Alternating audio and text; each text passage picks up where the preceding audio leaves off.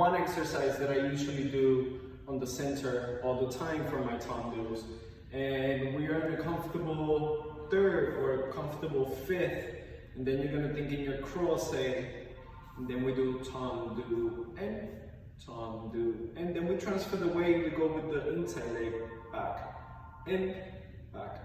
And then we go side, side, side, side, side, close, plie. And then we start with the left leg. 1 and in and 2 and in and back and in and 2 and in.